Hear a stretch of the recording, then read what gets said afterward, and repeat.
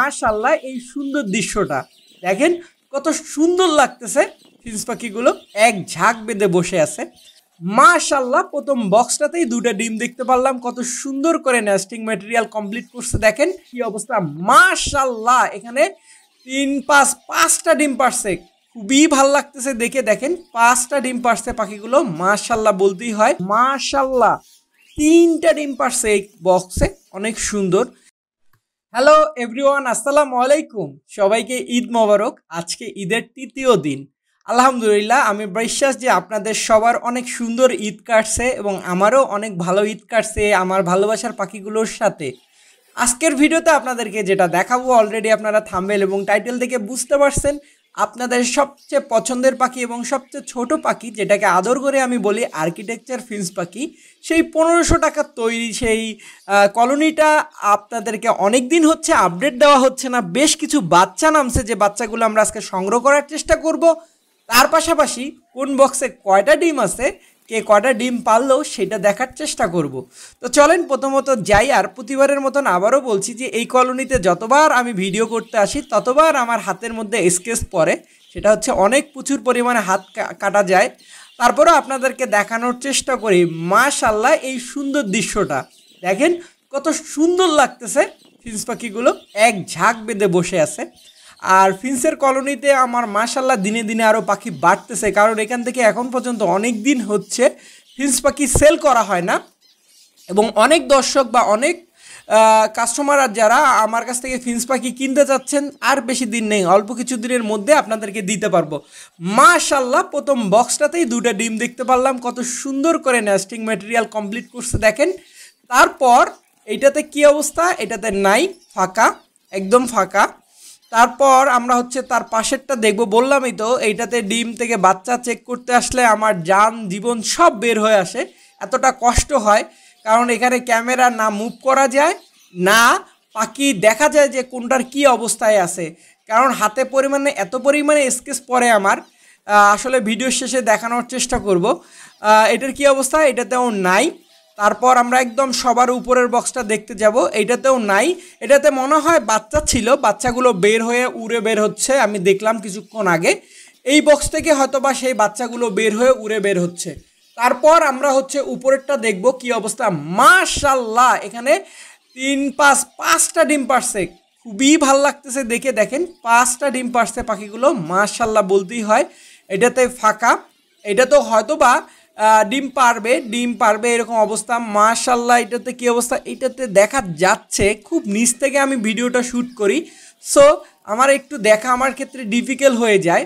তারপরও মনে হচ্ছে যে ওখানে ডিম পারছে, একদম একটু সাদা সাদা অংশ দেখতে পারলাম। তারপর আমরা হচ্ছে এই নিচেরটা, মাশাআল্লাহ এইখানেও একটা ডিম দেখতে পাচ্ছি, সুন্দর একটা ডিমই পারছে, কিন্তু নেস্টিং ম্যাটেরিয়াল একদম জিরো। মাশাআল্লাহ এটাতে 2টা ডিম পারছে এবং ডিমগুলো দেখে মনে হচ্ছে সব নতুন ডিম। তারপর এটা একেবারেই ফাঁকা, এটা একেবারেই ফাঁকা। তারপর আমরা নিচেরগুলো দেখার চেষ্টা করব, এই সাইডেরগুলো। আমি জাস্ট ক্যামেরাটা এদিক থেকে এদিক মুভ করে নিলাম, আমার হাতটাও চেঞ্জ করে নিলাম খাঁচার দরজার ফাঁস দিয়ে, কারণ এত ছোট জায়গা। এই যে মাশাআল্লাহ একটা বাচ্চা দেখতে পাচ্ছি, দেখেন এই যে এটা একদম নতুন বাচ্চা। আবার ওই যে উপরে কিনারে একটা নতুন বাচ্চা দেখতে পাচ্ছি। এই বাচ্চাগুলো আমরা সংগ্রহ করব, কিন্তু আমার মনে হচ্ছে মাশাআল্লাহ 3টা ডিম পারছে এই বক্সে, অনেক সুন্দর। তো আমি যেটা বলতে চাচ্ছি যে এই বাচ্চাগুলো আমি আরও কিছুদিন পরে সংগ্রহ করতে চাচ্ছি, কারণ বাচ্চাগুলো আমার মনে হচ্ছে যে আরও একটু বড় হওয়া উচিত, তারপরে সংগ্রহ করা উচিত। তো এটাতেও নাই। তারপর আমরা হচ্ছে উপরের বক্সগুলো একটু চেক করব, কারণ নিচ থেকে উপরের বক্সগুলো চেক করতে গেলে আমাকে যেটা করতে হয়, অন্ধর মতন দেখতে হয় যে কোথায় কয়টা আছে, কয়টা ডিম আছে, কয়টা বাচ্চা আছে, এইভাবে অন্ধর মতন খুঁজতে হয়। চোখ থাকার পরেও অন্ধ হতে হয় আমাকে। তো এটার কি অবস্থা, এটাতেও নাই, ফাঁকা। এটার কি অবস্থা, এইটা দেখেন একদম দেখা যাচ্ছে না যে ডিম আছে না বাচ্চা আছে, আমার পক্ষে একদম দেখা সো ডিফিকাল্ট, সো এখানে কিছু বলতে পারলাম না। তারপরেরটার কি অবস্থা,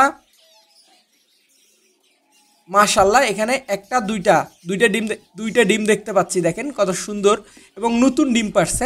আমার যত সম্ভব মনে হচ্ছে একদম রিসেন্ট ডিম পারছে। যে ডিমগুলো দেখলাম এই ডিমগুলো রিসেন্ট পারছে আর এদের বাচ্চাগুলো অলরেডি বের হয়ে গেছে, যেগুলো আমাদেরকে সংগ্রহ করে নিতে হবে।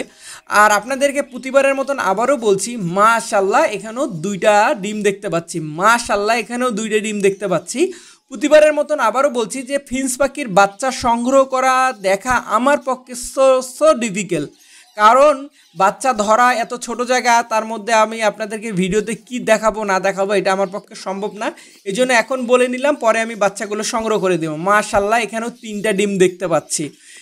বেশ কিছু বক্সের মধ্যে সুন্দর পাখিগুলো ডিম পারছে, এটা হচ্ছে খুব পজিটিভ দিক। এবং সব ডিম দেখলাম বয়স একই রকম, 2 দিন 3 দিন বা 5 দিন এরকম ডিফারেন্স, কিন্তু একসাথে পারছে। আর এই যে পাখিগুলো দেখেন কতটা সবাই ব্রিডিং মুডে আছে, ঠোঁটগুলো লাল টসটসা হয়ে গেছে।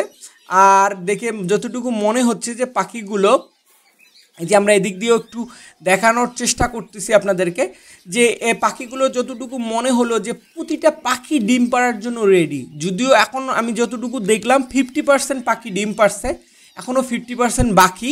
হ্যাঁ, 50% বাকি। আর একটা জিনিস দেখেন, ফিঞ্চ পাখি কিন্তু অনেক ছোট পাখি, এর খাওয়া খরচ একেবারেই কম, অসুখ বিসুখও খুব কম। আপনি শুনেননি কখনো, দেখেননি যে ফিঞ্চ পাখি চেক করতে এসে দেখিনি কখনো যে বাচ্চা মরে পড়ে আছে বা অ্যাডাল্ট পরে মরে আছে, এরকম কিন্তু কখনো আলহামদুলিল্লাহ হয়নি। যাই হোক, এগুলোই মোটামুটি আজকে আমরা চেক করে নিলাম। আর মাশাআল্লাহ চেক করার পর যেটা আমার কাছে খুশি লাগতেছে, আলহামদুলিল্লাহ যা হয়েছে, এবং আমার একদম ঘেমে ঘুমে অবস্থা খারাপ। সো জানি না আপনাদের ভিডিওটা কেমন লাগলো, ভিডিওটা ভালো লাগলে অবশ্যই কমেন্টের মাধ্যমে জানাবেন, তাহলে এই টাইপের আরও বেশি বেশি করে ভিডিও দেওয়ার চেষ্টা করব। আজকের মতন বিদায় নিচ্ছি, আল্লাহ হাফেজ, আসসালামু আলাইকুম।